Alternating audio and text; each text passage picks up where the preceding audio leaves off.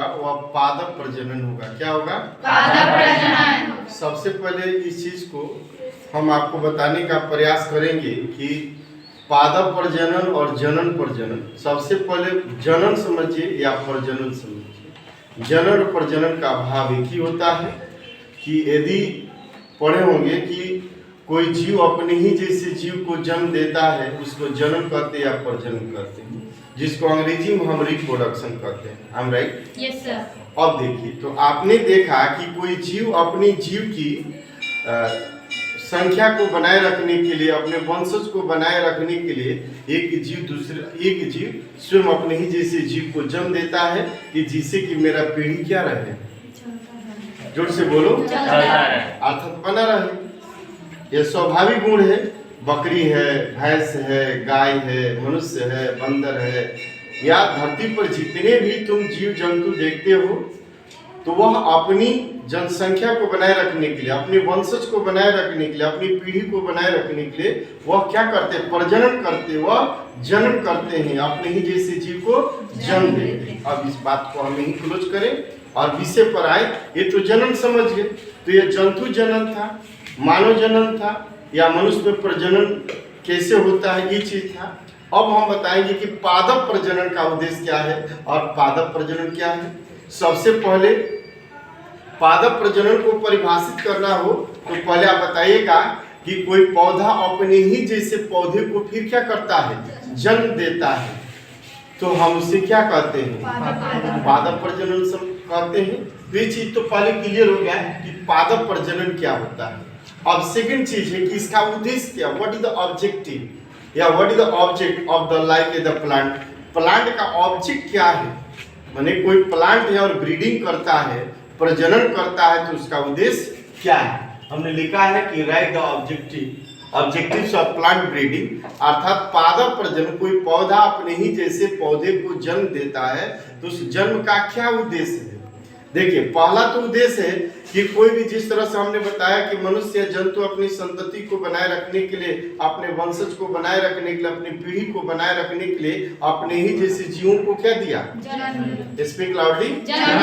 जन्म दिया। तो आज भी उसका पीढ़ी बरकरार है। जैसे मानव का हम लोग तन लिए हैं, मानव रूपी जंतु में हम लोग गिने जाते हैं, तो हम लोगों के जो पूर्वज हैं, हम लोगों कुछ जो पूर्वज थे उन्होंने जन्म दिया था। आज भी हम लोगों की देखिए आबादी इस धरती पर दिखाई दे रहा है।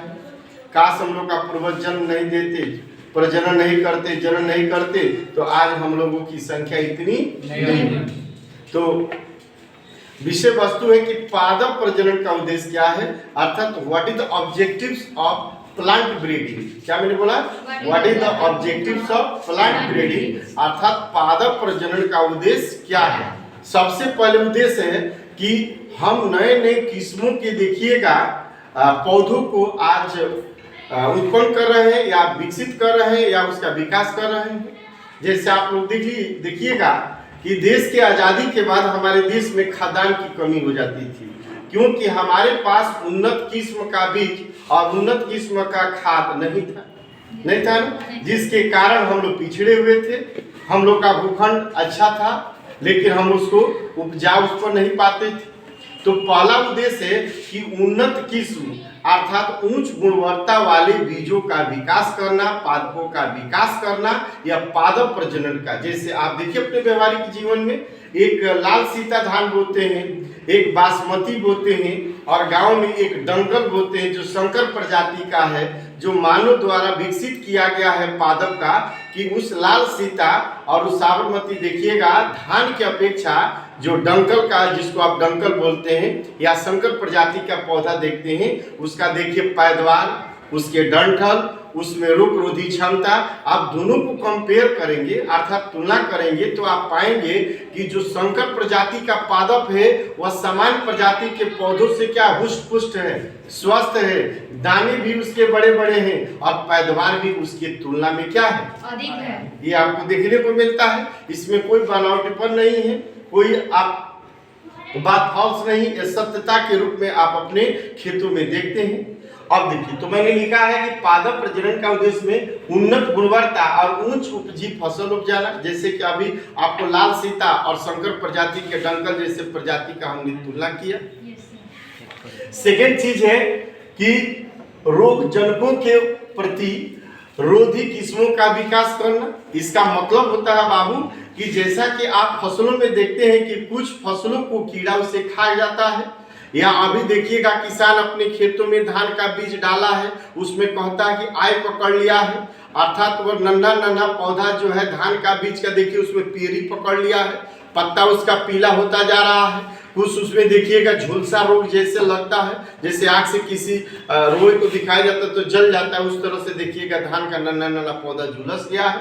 अर्थात उस पौधों में, उस पादपों में रोग रोधी क्षमता नहीं है कि हम रोगों से क्या कर सके, लड़ सके। लेकिन आधुनिक अनुसंधान द्वारा, कृषि अनुसंधान द्वारा नए नए शोध करके नए नए किस्मों को हम विकसित कर रहे हैं कि इन पौधों पर, इन पादपों पर कोई भी कीटाणु या बीमारी चाहे कि हम अटैक कर लें तो उसको अटैक करना नहीं कर सकता। जैसे अभी देखिए कोरोना के दौरान आपको कोरोना का वैक्सीन दिया गया है, डबल डोज दिया गया कि अब कोरोना कितनों आएगा हम लोग के शरीर पर अटैक करेगा, गुड बाय करके चला जाएगा, कहेगा कि नहीं हम आएंगे क्योंकि आप सुरक्षा कवच ले चुके हैं।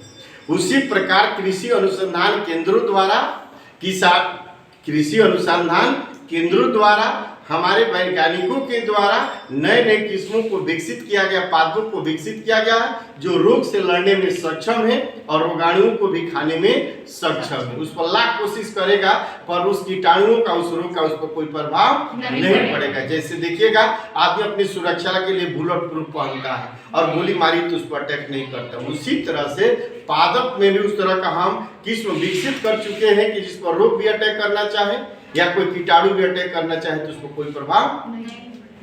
अगला है अत्यधिक ताप, सूखा तथा लवणता के प्रति सहनशीलता। जैसा कि बाबू आप जानते हैं कि आप बीज भंडार पर जाइएगा ना तो बीज बेचने वाला जो विक्रेता है, सीड सेलर है, वो जानते आपसे कहता है कि बाबू कहाँ बोए बा धान, ऊंचास पर बोए बा कि खलार पर बोए बा कि समतल पर बोए बा कि ढालू पर बोए बा कि कम पानी वाला बोए बा कि बाबू अधिक पानी वाला बोना है कि जहाँ पानी लग जाता है वैसे बोना है कि धूसर खेत बोना है कि जौनार में बोना है कि उसमें करैट माटी में बोना। हर तरह के देखिएगा मिट्टी के अनुकूल उस तरह का पौधा, उस तरह का बीज विकसित किया गया है कि उस तरह के खेतों में, उस तरह के तापमान में, उस तरह के वातावरण में उस पौधा को हम बोएंगे तो हमारा पौधा असफल नहीं होगा। पानी भी थोड़ा कम होगा, पानी भी अधिक होगा, पानी भी नहीं होगा तो मेरा फसल हो जाएगा। इसका मतलब यह है कि हम अत्यधिक ताप, सूखा, लवणता के प्रति सहनशीलता जैसे पादपों को विकसित किए हैं। जो हमें सुखाड़ की सामना देखना पड़ता है, कभी दहाड़ की सामना देखना पड़ता है, तो ऐसे परिस्थितियों में भी हमारे फसल क्या हो सकते हैं, उग सकते हैं, उपज सकते हैं और पैदावार दे सकते हैं। इस तरह के हमारा कृषि अनुसंधान द्वारा पौधों को क्या किया जा रहा है, विकसित किया जा रहा है। क्या किया जा रहा है, विकसित किया जा रहा है। और विकसित किया गया है कि हम अधिक तापमान, अधिक गर्मी पड़े, जैसे सुखाड़ पड़े तभी मेरा धान हो सकता है, मक्का हो सकता है, गेहूं हो सकता है, अन्य फसल हो सकता है। लवणता कहने का मतलब कि जिस मिट्टी में देखिएगा पीएच मान, जिसको ऊसर खेत बोलते हो, वैसे भी खेतों में यदि हम बीज बोए तो हमारा पादप क्या हो सकता है, उग सकता है, पैदावार दे सकता है। हमें इस बात का तनाव नहीं होगा, टेंशन नहीं होगा कि मेरा पौधा नहीं होगा, मेरा पादप नहीं होगा, ऐसा कोई बात नहीं है। पीड़कों के प्रति प्रतिरोधी किस्म, पीड़क का मतलब होता है पेस्ट। बहुत ऐसे कीटाणु हैं, कीड़े हैं जो हमारे पौधों को खा जाते हैं, लेकिन हम वैसे पौधों को विकसित किए गए कि कीट को ही मेरा पौधा खा जाएगा। कीटभक्षी पौधा का नाम आप लोगों ने सुना होगा। तो इस तरह के हम पौधों का विकास कर रहे हैं और यह ऑब्जेक्टिव किसका है, तो हमारा पादप ब्रीडिंग का है, अर्थात प्लांट ब्रीडिंग का यही ऑब्जेक्टिव है कि हम वैसे किस्मों को विकसित करें जो कीटाणु भी लाख अटैक उस पर करे, आक्रमण करे, तभी उसका कोई प्रभाव न पड़े। अगला है किसी विशेष कृषि जलवायु विषय क्षेत्र के लिए नई किस्मों का विकास करना।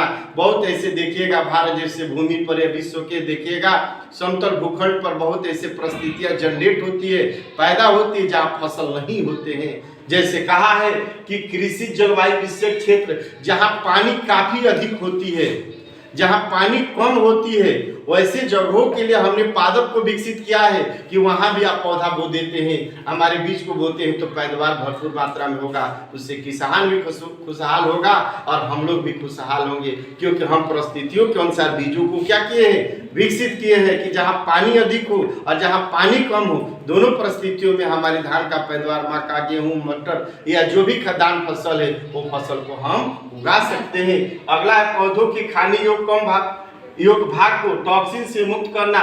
जैसे कि आप यहाँ लिखे हैं कि खेसारी दाल में न्यूरोक्सिन जो पक्षाघात अर्थात हार्ट अटैक अर्थात इसमें देखिएगा टॉक्सिन की मात्रा, जहर की मात्रा अधिक होने लगता है। तो ऐसी चीजों को भी कम करने के लिए हमारी कृषि अनुसंधान केंद्र द्वारा इस चीज को विकसित किया जा रहा है कि हम वैसे पौधों को, वैसे पादपों को विकसित कर जिसमें खाद कम देना पड़े और पैदावार अच्छा हो, क्योंकि जो भी हम खाद बीज देते हैं उसी खाद बीज से तो वो विकसित होता है। वह आपका गेहूं का दाना हो या धान का दाना हो या मक्का का दाना हो या बजड़ा बजड़ी का हो या कोदो का हो या सावा का हो या कोई भी खाद्य पदार्थ जो आप देखिएगा पैदावार करते हैं उसमें टॉक्सिन कम हो अर्थात जहर की मात्रा कम हो, खाद की मात्रा कम हो, प्राकृतिक पदार्थ हो, और उस प्राकृतिक पदार्थ को यदि हम कंज्यूम करेंगे, उपभोग करेंगे तो हम स्वस्थ रहेंगे, क्योंकि हम शुद्ध प्राकृतिक खाद्य पदार्थ का सेवन करते हैं, हम रासायनिक खाद्य पदार्थों का सेवन नहीं करते हैं। तो ऐसे हमारे कृषि अनुसंधान द्वारा प्रयास चल रहा है कि हम ऐसे पादपों को विकसित करें जिसमें टॉक्सिन की मात्रा कम हो, जो हमारे मानव जाति के लिए हानिकारक न हो बल्कि लाभप्रद हो। तो यह आपका रहा objectives of plant breeding. Thank you.